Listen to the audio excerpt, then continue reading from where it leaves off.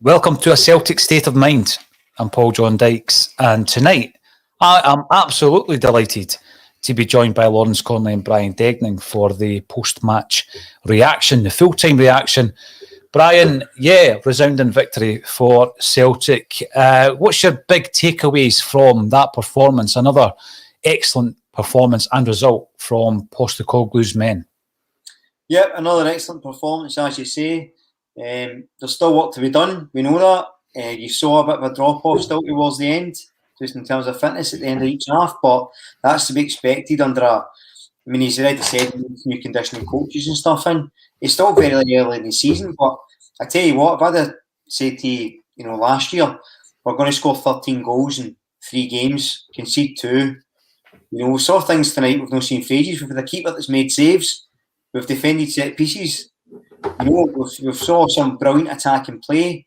Even young Montgomery, he was a bit rash in a tackle, probably lucky to stay in the park, but then has a brilliant run towards the end. So there's so many positives to take for that game tonight, and we're still so early in the season. So I know there's a few people, there was a few battles going on between Angie's system and does it work, does it not work, who do we sign, who do we not? Well, that's all at the window now. Angie's settled that conversation because anyone with 2 eyes can see what he's trying to do, and it's going well. And it's still a wee while away. We're still going to take a few black eyes on occasion, I think, especially over the next couple of months. But so much to be excited about. And again, the special shout out for the fans again, just that atmosphere. Missed it so much. Brilliant. Yeah, absolutely was. Welcome, Kevin Graham, to the show. Kevin, you have obviously watched that back second half performance. I thought very composed. We'll break down the various areas of the park. I think Brian has touched on the style of play, the footballing philosophy, the shape that Ange is implementing. I'm not going to say trying to implement because he's implementing it, and you can quite clearly see the results. Kevin, if you're looking at that tonight versus what we were served last season, pre and post Neil Lennon, for you, what is the big difference? What big changes has Ange Postecoglou made? And I don't mean new personnel. We move the ball far quicker. The players are playing with confidence. They're playing with a purpose. You talked about there is new players there, but I was sitting wondering during that second half, how good will we be when Ange actually signs players who can play his system, his style better than the ones that we've already got? And this seems a funny thing to think about after tonight, but we've completed Scottish football. We've won 4 trebles in a row. We've won leagues in that. We need to be aiming for Europe. We need to be aiming for sides better in Jablonec to come to Celtic Park and get doings like that. And that's going to need better players. And tonight was brilliant. David Turnbull was brilliant. Callum McGregor was brilliant. Everybody was brilliant, but I'm just actually thinking about, we're going to get better. If we get our absolute ship in order, we're going to get better. I'm glad you said ship. Yes. Well, before I go on, I need to apologise to Colin Watt because I go, and everybody should be quite glad I didn't work in a beauty salon because I got a Japanese and a Brazilian mixed up at half time. See what was the Brazilian right back for Man City? It's at the ground, no the Japanese centre half. So I'll apologise to Colin Watt. His information was right. I was I didn't play Football Manager. I didn't pay attention to any sort of stuff. But it was fantastic. Great second half. Really pleased for David Turnbull. Really pleased for David Turnbull. His 2 goals tonight and his performance on Sunday as well was really good. But you just want to sit here just now, and I just want to carry that buzz for a wee while that we're going to get better. Mm-hmm. We are going to get better. Well, see, on that point, right, and Jungle Lion comes in. Welcome to the show, Jungle Lion. The swagger is back. On that point, Kevin, Lawrence and I, after he eventually turned up, Lawrence and I were talking about the fact that Celtic as a board, and we've been very critical of them as a board, have allowed complacency in the past and in the recent past to creep in. So what you're looking at the moment is you're looking at a situation where, yes, there is a buzz around ACSOM, there's a buzz around the place, to quote the maestro. However, we can't get too carried away with that. We can't look across the city and say, right, they've lost 3 games, we've won 3 games. That means it's flipped. Let's not let complacency creep in. We still, as you say, we need to get the bodies in that are required, because I think the prospect, Lawrence Conley, of getting 2 or 3 more additions of a higher quality, the prospect's actually quite frightening once Ange Ball really kicks into effect, Lawrence. No, definitely. Listen, this team's still getting to know each other, but when we're talking off air as well, we've got 2 fullbacks, 22 and 23, who've been taking a lot of stick from the Celtic support, and we've now got a manager who actually came out and said in midweek, I'm really happy with these two fullbacks, the effort they're putting in, what they're doing, the progress they're making. It's nice to have a manager coming out and defending his players like that and maybe saying to the sport, look, these guys are actually doing okay. Taylor's made one of Turnbull's goals. Ralston's putting another cracking shift. It's refreshing, and whether I think we need another right back because we've only got one. But how's it going to get Tony out of that position? It's great to see it. The thing is, though, Lauren, say we can't let the board see that and think that's good enough. Mm-hmm. Totally. I mean, we were talking kind of. My worry is the board will look across the city and go, you know what? They might have to sell some players, and do we really need to fund some more players here, or can we just go with what we've got? That's my kind of bigger worry rather than that. But I think Ange is maybe the manager that will call them out on it. That's why we're in this mess in the first place. Oh, totally. I think Ange will call them out. Yeah, keeping just one tiny bit ahead of the opposition in Scotland has been one of the biggest issues, Kevin. The complacency setting in. Set your own standards. And I think we've said before in ACSOM, set the standards on a European level, and a domestic football will look after itself. Mm-hmm. Now, Owen McGrandall's a regular contributor to ACSOM. Welcome back. You're watching on YouTube. Fantastic attacking play. Fans been well rewarded tonight for their loyalty. I must say, though, a few people have been tweeting me, Kevin, to say that they didn't even get into the game due to validation issues on season tickets. Have you seen any of that on the socials? I have seen that, and look, I'm not surprised. The shambles, it's the ticketing services at Celtic Park. I mean, there was also a problem yesterday with the Home Cup ticket scheme, where a lot of folks' direct debits didn't come off and they've been took off the scheme. So it's just another shambles. It's just, there's a lot of things up in the background that Celtic have been banging on about for months and months. The place needs gutted from top to bottom, and while it's great as winning, we can't get complacent. Complacency's got us here. For a decade, we've rewarded failure at the highest level. Our highest level is Europe, our highest level is the Champions League. We need to aim to get back there, and even though the night's brilliant in that, we need better players to get back there. And I'm so pleased for all the players tonight. I love all the players tonight, but if we want to progress, there's some guys in that team that won't be. They're here at the start of Ange Ball, but I'll be very surprised if they're there at the end of Ange Ball. Ange Ball. Brian, I'm going to come to you. Sean Keogh brings up the fact that our midfield trio is quality, and I don't disagree with that. My only concern was that I felt Turnbull and Rogic probably tired a wee bit. 65 minutes plus, they started tiring. And the issue with that, man of the match performance, couple of brilliant goals from Turnbull, but his distribution is affected once he starts tiring. Is that still a concern for you? Yes and no. As I say, I think, Ange touched on it himself. He says he needs new conditioning coaches in. He needs, a bit more, and it is reasonably early in the season. I actually think Rogic still looked okay when he went off. He didn't look as bad as he normally does. Normally he's an absolute statue every time he gets taken off. So I think there'll be improvement there. But again, look, see, we've got 2 players of that quality. It's hard to complain. Yeah, you want me to go the full distance, and I dare say they will over a bit more time, and once you get the right conditioning, they get used to. Because it is, they've not played that tempo for a long time, maybe if ever, for Turnbull. That's a high tempo, game he's playing. They're running all over the gaff. And most of the players, I would suggest in that midfield, in the front 3, the amount of running they do, even a regular footballer at match fitness would struggle with that. So guys who've had fitness issues in the past, I give a bit of leeway to it. It's not a huge concern at the moment, if I'm honest. I think the quality of their play is sort of almost overrided my concerns for just now. But we'll see, obviously, if things improve as we go. Brian, as you're saying there, and just talking about conditioning and bringing in more sports scientists, he's already saying this can be better. He's already saying this can actually be better, exactly. and I want this to be better. So we've got to hope that he gets backed and like makes it better. I mean, as Paul says, we need to aim for Europe. Europe is where we've got to aim for.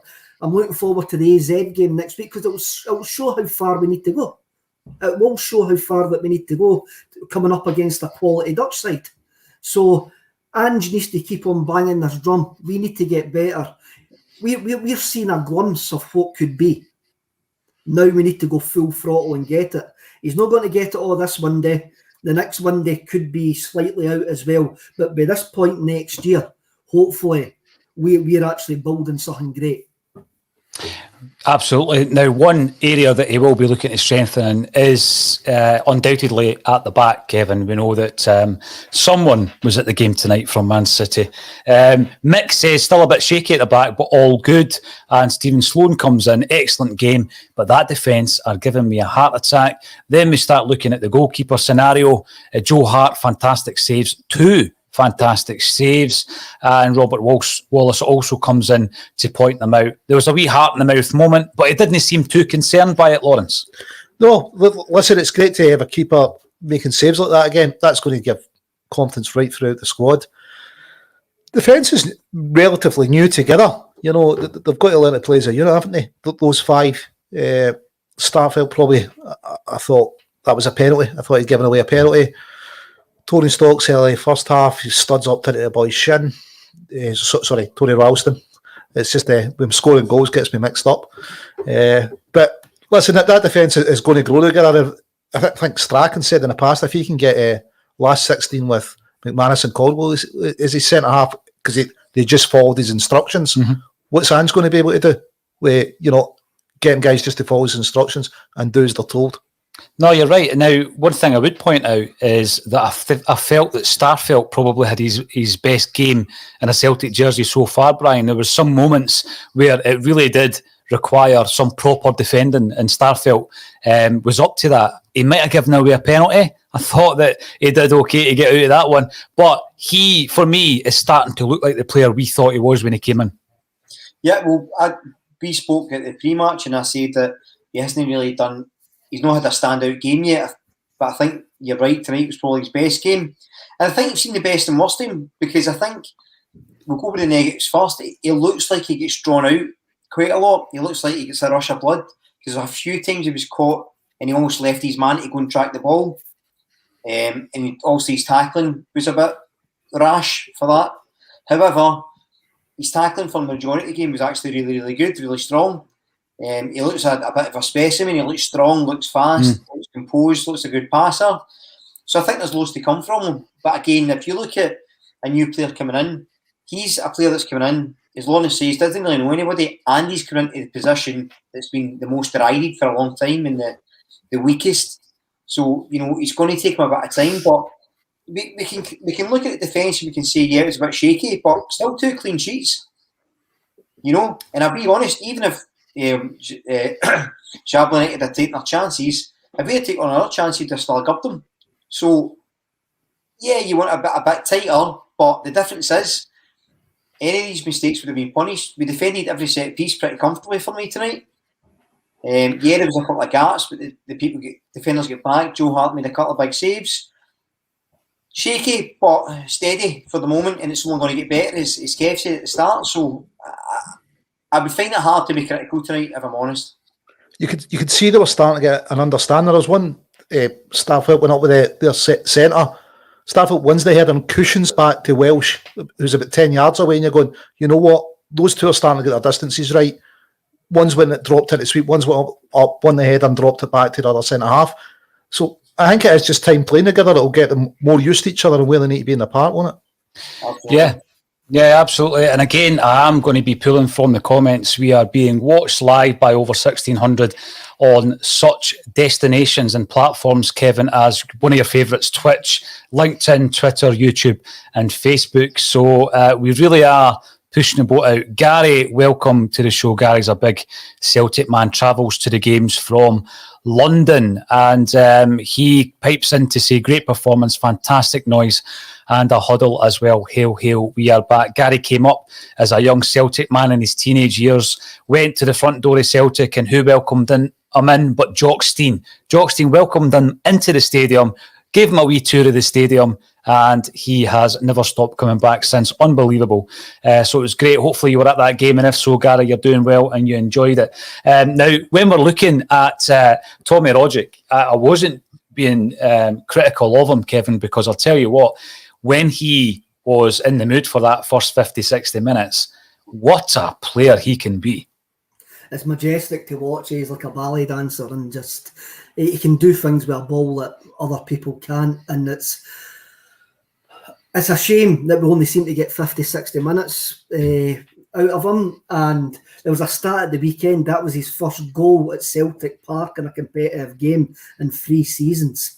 And that is an amazing stat when you actually think about it. You know what he can do when he's in the mood on nights like this. You know what he can do. I just hope we can keep him fit this season. It looks like he's wanting to put a shift in as well. It looks like he knows that he's got to press, that he's got to keep on moving. When you've got Turnbull and him who can feed Furuhashi, and we need to learn to start playing the balls quicker, because the wee man's going to get onto them. We didn't need to hang on to the ball for that extra split second. The wee man's going to get there. Just going back to the point you were making about the defence. I think the way that we play football, our defence is never going to be as solid as a safe in a Las Vegas casino. We're going to give up chances, and I think that's something that we're just going to need to accept. If we want this style of football, we are going to give up chances. I think Starfelt has settled well. I love the fact that he just puts his foot in and he'll boot the ball out. There's a bit of, if you go to the cliche, there's a bit of the no-nonsense defender about him. He'll just boot it, he'll tackle.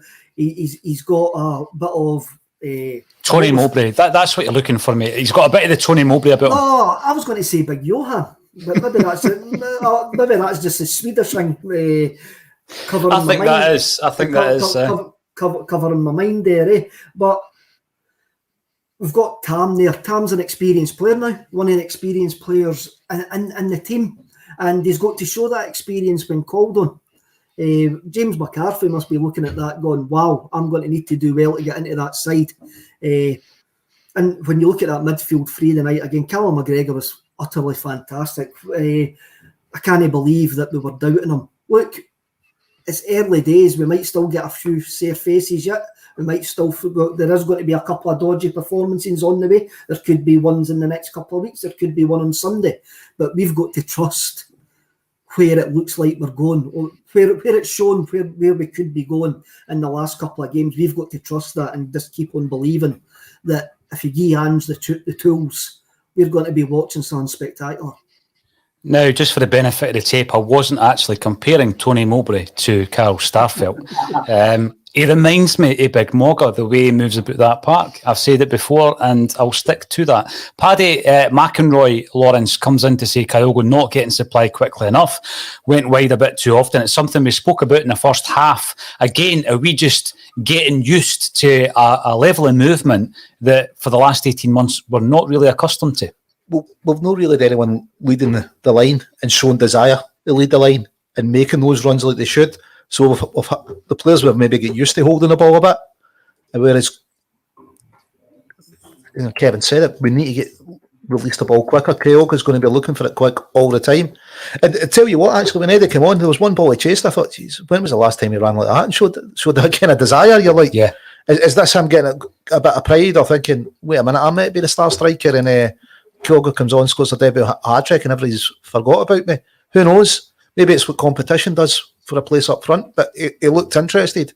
But yeah, I think moving the ball quicker will help us. Look at McGregor's pass for Turnbull. he plays that pass that quick to him that the defender doesn't have a chance to get to Turnbull. You know, he can take a touch and then put it in the bottom corner. It's going to benefit if we let the ball do the work, isn't it? Now, Brian, let's talk about David Turnbull. 2 goals this evening. He can pull something out of the bag when required from distance. Sum up, the fact that a couple of weeks ago people were criticising David Turnbull. Look what he's doing now. And I love that, to be honest. I thought the criticism was harsh.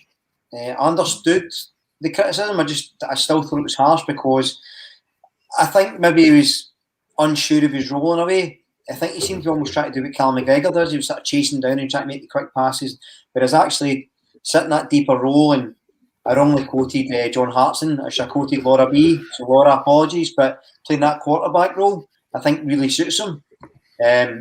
And I realise he got his first goal for an overload before Andy shouts at me, but I think that really suits his play. Just having that composure to pass and link it up, and he's got that.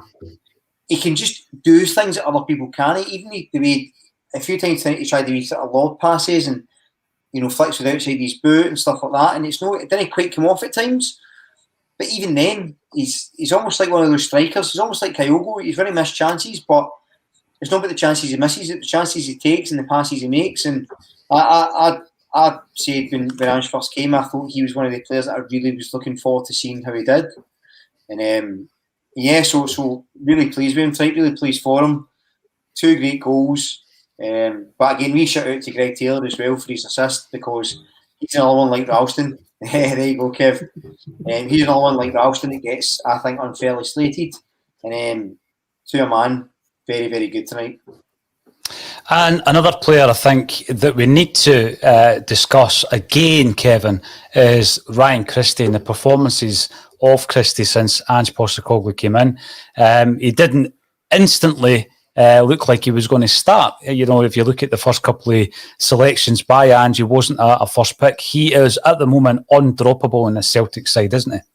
He completely is, and I'm going to bring up a comment, Paul. Again, you're hosting and I'm jumping in here, but William Pedden, he says 2 weeks ago the whole team was getting criticised, and that was true of Ryan Christie as well. Ryan Christie was getting criticised as well, and my friend Stuart, who will be watching, messaged me during the game, and he says Ryan Christie doesn't look like a guy that's gone anywhere, And I went, that's an interesting point. That is an interesting. He doesn't look like a player who, to quote JP Mason, who also, we have to say, shouted for Fiesta this afternoon. And when we scored the first goal, what was played over the tannoy? Fiesta. So maybe somebody at Celtic Park does watch us after all. So Christie doesn't look like that his head's at the door and his boots are ready to follow him. It looks like his head is firmly in the door and he's given 100% at this precise moment in time. I suppose it all comes down to what Ryan Christie wants to do. I'm sure there is a contract on the table from Celtic. If he maybe doesn't get a decent enough offer from any of the clubs in England that he expected to get, then he might sign that contract. But then again, he's within his right, because we've allowed him, he's within his right to allow that contract to run down and leave in January. Hopefully not, but I think we've just got to appreciate him while he's here and let the situation sort out itself. The big thing for me, though, Kevin, is obviously as a fan base, you can feel that something is happening here. You spoke about it earlier. You spoke about the fact that there might be blips in the road. We've already had a blip, and there might be a few more. But the board have to believe in Ange. The fan base have to believe in Ange. Imagine coming to your work in any kind of style of work, in any workplace, and being unhappy for 18 months or a year, and then all of a sudden somebody comes in and reignites your passion for not only the game but for the club that you're playing for, and you actually maybe look at that situation and say, you know what, if I get an improved offer, I'll sign, because if that club down south want me and I have a good season, the move might still happen.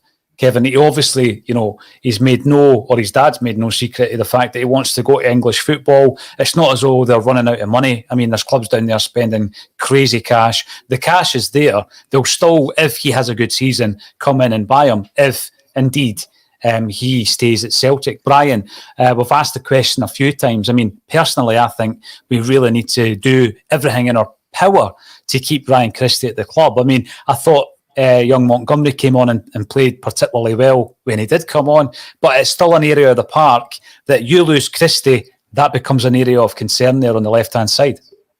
Well, it's getting to the point, and it's a point I made about Eddie, and I'll come back to him in a second, but if you look at how close we're getting towards the end of the window, do we have a replacement lined up ready to go if Christie leaves? That would be my concern. I don't think we do, and what it would take for it to happen is Christie, I would rather either goes just now or signs a contract, because I feel like if he's going to leave, just let him go just now and try and get some in quickly, because we don't want to be left short, because we are quite short. And the reason I brought up Eddie is, and I said it a couple of weeks ago, and I think JP Mason said it on the show today as well. Eddie's not really come out and said he wants to leave. I'm still not convinced he's going to go. I think, Brighton's supposed to come from, but he ain't no fancy Brighton. And what I thought was interesting tonight was he came on and I agree with Lawrence, I thought he looked all right. But see when they changed and made the 3 subs, it sort of dropped him into a number 10 role, almost behind Ayeti, it looked like. That he was kind of dropping in Lincoln playing stuff, and he had maybe that freedom of movement might encourage him. So if he does stay, I would rather just wait. I think it's his time to go, and I don't want the fans to turn on him. And I think we need the money to buy a couple of other players. But I think he's a guy that might stay on as well. It'd be interesting to see how that affects the squad or how it changes the system. So it's worth watching over the next week or so, because if they're going to go, they either need to go now or we need to get used to staying with them for the next few months.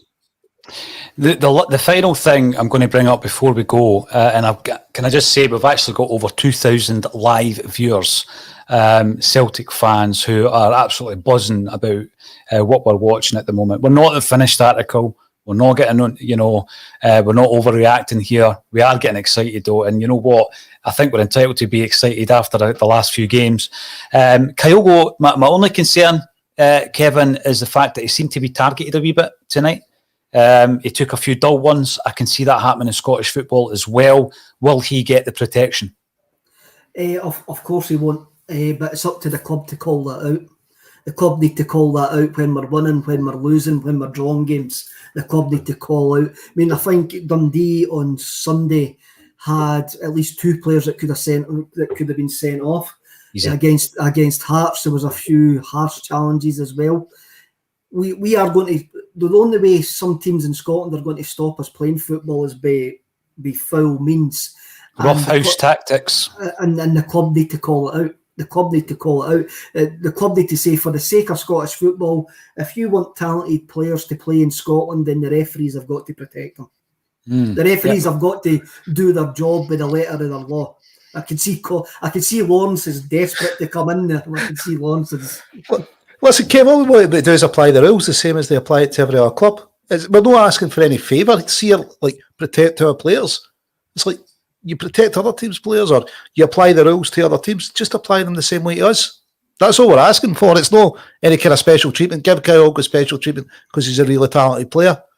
But just apply the laws. That's kind of what we're looking for, isn't it? It's just a bit of fairness. Absolutely. For the last 12 months or so, a Celtic State of Mind has had to cover quite a few lows. I mean, coming on directly after a defeat, any kind of defeat, but a heavy defeat in Europe or a heavy defeat against Rangers has not been easy. Tonight, we have enjoyed it. There's 2,000 plus Celtic fans on the stream enjoying it and getting involved in the comments. Thanks to everybody for getting involved on Twitter and YouTube, Facebook, Twitch, LinkedIn, various other places. We're all over the place, and that's what it's all about.